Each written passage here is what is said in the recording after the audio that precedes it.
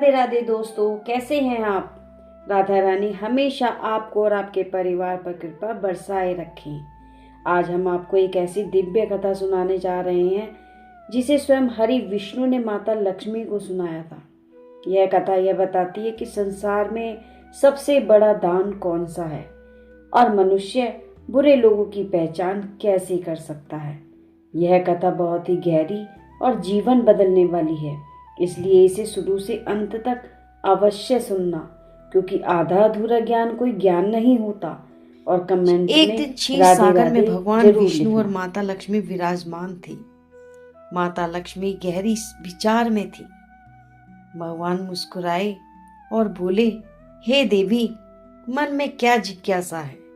माता लक्ष्मी बोली, प्रभु, मैं यह जानना चाहती हूँ कि इस दुनिया में सबसे बड़ा दान कौन सा है और मनुष्य बुरे लोगों को कैसे पहचान सकता है।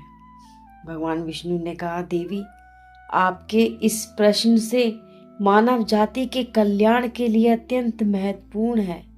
मैं इनके उत्तर आपको एक कथा के माध्यम से सुनाता हूँ। सुनिए। बहुत समय पहले एक राज्य में एक धर्मात्मा, पराक्रमी और दयालु राजा राज करता था। उसकी प्रजा सुखी थी, कोई दुख नहीं था।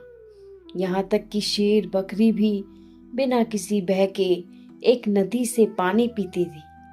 पर एक कमी थी, राजा और रानी को संतान नहीं थी। राजा दुखी नहीं रहता था, परंतु एक घटना से उसके जीवन को बदल दिया। एक दिन मंदिर जाते समय एक स्त्री ने राजा को देखते ही अपना चेहरा फेर लिया और घर के भीतर चली गई। राजा ने बाद में उसे बुलाकर पूछा, तुमने ऐसा व्यवहार क्यों किया? स्त्री निर्भयता से बोली, महाराज, हमारे नगर में मान्यता है कि सुबह सुबह संतानहीन व्यक्ति का चेहरा देखने से पूरा दिन अशुभ होता है। राजा को दुख हुआ, पर उसे स्त्री से कोई क्रोध नहीं हुआ। उसने सोचा, मैं सचमुच संतानहीन हूँ और यही मेरी कमी है, और इस क्षण संतान प्राप्ति का यज्ञ करने का निर्णय लिया। लेकिन यज्ञ भी निसफल हुआ। निराश होकर राजा एक वन में रहने वाले महात्मा के पास गया। महात्मा ने दिव्य दृष्टि से राजा के पूर्व जन्म को देखा और कहा, राजन, पिछले जन्म के एक पाप के कारण इस जन्म में संतान का योग नहीं है, लेकिन मैं इसका उपाय बताता हूँ। महात्मा ने कटोरे में खीर दी और कहा, रानी के साथ प्रसाद रूप में ग्रहण करें, पुत्र की प्राप्ति होगी। परंतु ध्यान रहे, उस पुत्र की आयु केवल 20 वर्ष की होगी। राजा ने सोचा, 20 साल की सही, पर संतान का सुख तो मिलेगा। उसने आशीर्वाद स्वीकार कर लिया।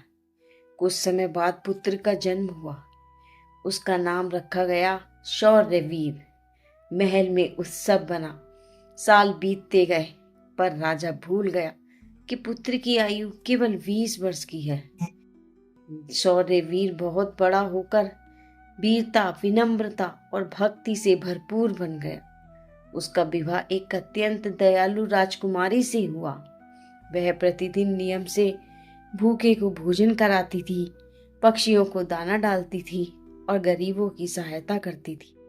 वह दान को पूजा मानती थी। समय बीतता गया और वह भयावह दिन भी आ गया।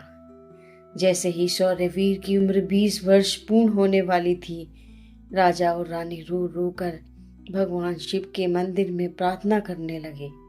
उधर यमलोक में धर्मराज ने यमदूतों को आदेश दिया, आज शौर्यवीर के प्राण लेने हैं। उसकी मृत्यु एक सांड द्वारा पीछे से मारने पर ही संभव है।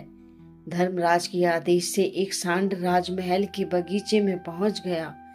उधर शौर्यवीर भी वहां टहलने आया। यही वह क्षण था जब भगवान अपना कार्य करने वाले थे। लेकिन तभी उसकी पत्नी गरीबों को भोजन कराने के लिए बगीचे की ओर आई और बोली, हे स्वामी, आज भोजन बांटने में देर हो रही है, चलिए पहले दान कराते हैं। वह अपने पति को लेकर बाहर आ गई और सांड बिना कुछ करे लौट गया। उस दिन शौर्यवीर की मृत्यु नहीं हुई। यमलोक में हड़कंप मच गया। धर्मराज स्वयं प्रकट हुए और बोले, दान का फल मृत्यु तक को रोक सकता है और संसार में सबसे बड़ा दान अन्नदान है, क्योंकि अन्नदान से किसी की प्राण रक्षा होती है। जिस घर में अन्नदान किया जाता है, मृत्यु भी उस घर के द्वार पर खाली हाथ लौट जाती है। शौर्यवीर को आयु का वरदान दे दिया गया और वह दीर्घायु हुआ। माता लक्ष्मी ने पूछा, प्रभु अब यह बताइए कि बुरे व्यक्ति को कैसे पहचानना पाए। भगवान विष्णु कहते हैं कि जो व्यक्ति दूसरों के लिए अपशब्द बोले, किसी का मन दुखाए, ईर्ष्या और नफरत फैलाए, बड़ी बुरा व्यक्ति होता है। ऐसे लोगों से दूर रहना ही बुद्धिमान होती है। इससे हमें यह शिक्षा मिलती है कि संसार में सबसे बड़ा दान अन्नदान है और दान की शक्ति मृत्यु का काल भी बदल सकती है। और बुरे व्यक्ति की पहचान जो दूसरों को दुख पहुंचाए, वही बुरा व्यक्ति होता है। कथा केवल सुनने के लिए नहीं, जीवन में उतारने के लिए भी है। यदि संभव हो तो प्रतिदिन एक भूखे को भोजन कराएं, पशु पक्षियों को दाना डालें, जरूरतमंद की मदद करें। ईश्वर स्वयं उसके जीवन की रक्षा करता है। अगर आपको यह कहानी अच्छी लगी है तो अपने दोस्तों को शेयर करना, क्योंकि अगर वो आपके माध्यम से इस कहानी को पढ़ता है, सुनता है और दान के लिए पशु पक्षियों को दाना डालता है, भूखे को खाना खिलाता है, तो उसका फल भी आपको ही मिलेगा। राधे राधे।